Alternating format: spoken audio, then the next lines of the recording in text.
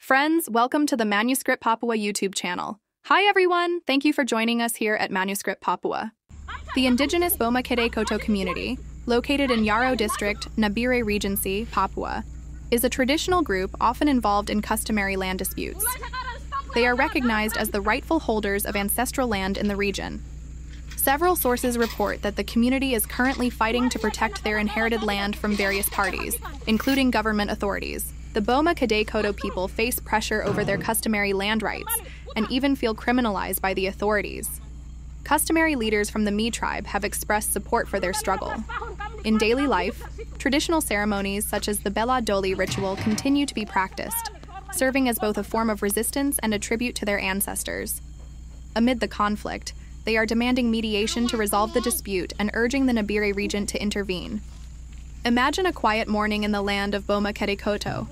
The forest remains thick, birds of paradise dance among the branches, and children run barefoot on soil that has been home to countless generations. There, traditional life blossoms, rich in values, full of meaning, and bound with deep love for the natural world.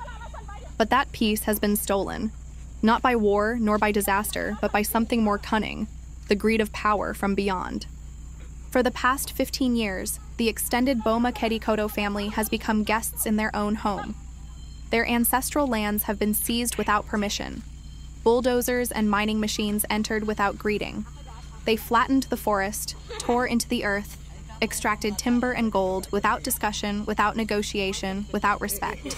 The state, silent, corporations, laughing, the people, crying. What they call development is, for the Boma-Kedeikoto community, nothing more than oppression, cleverly disguised in the rhetoric of progress. Roads were built, but only to transport heavy equipment, not to reach schools or clinics. Money was distributed, but only to officials and local elites. Meanwhile, the indigenous community was left with conflict, polluted rivers, and land stripped of its spirit. The Boma-Kedeikoto people are not ignorant. They are systematically oppressed. Every time they speak, they are intimidated. Every time they resist, they are labeled anti-development. Yet they are the rightful owners of this land, long before the state drew its first map. For the Boma-Kedeikoto people, land is not just a place to live. It is the spirit of the ancestors. It is history. It is identity. And when that land is stolen, what is taken is not just a resource, but also dignity and the future.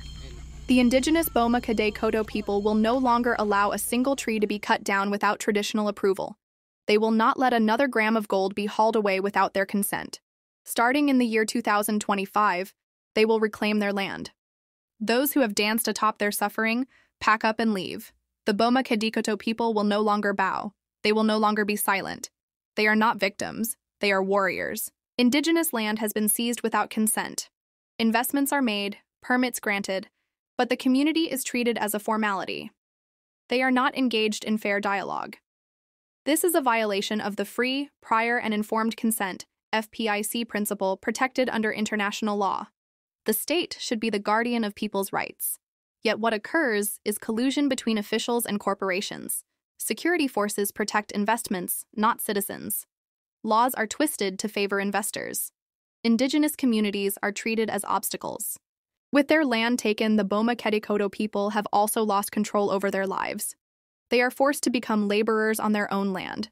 Social systems collapse, cultural values erode. This is not merely about economics. This is the slow murder of identity. Today, indigenous communities refuse to be passive victims. They are learning, uniting, mapping their customary territories, declaring investment-free zones, and filing both traditional and legal challenges. Boma-Kedeikoto stands as a symbol of this awakening. The Boma-Kedeikoto community is not asking for charity. They demand justice. They do not wish to be helped out of poverty, because it is the imposed system that made them poor. They do not seek wealth through gold or timber. They seek to live with dignity upon their own land. And they swear, from this day forward, that no force will stop them from reclaiming what is rightfully theirs. Friends, don't forget to leave a positive comment. Warm regards from ManusKrip Papua, a YouTube channel sharing stories from Papua, Indonesia. ManusKrip Papua.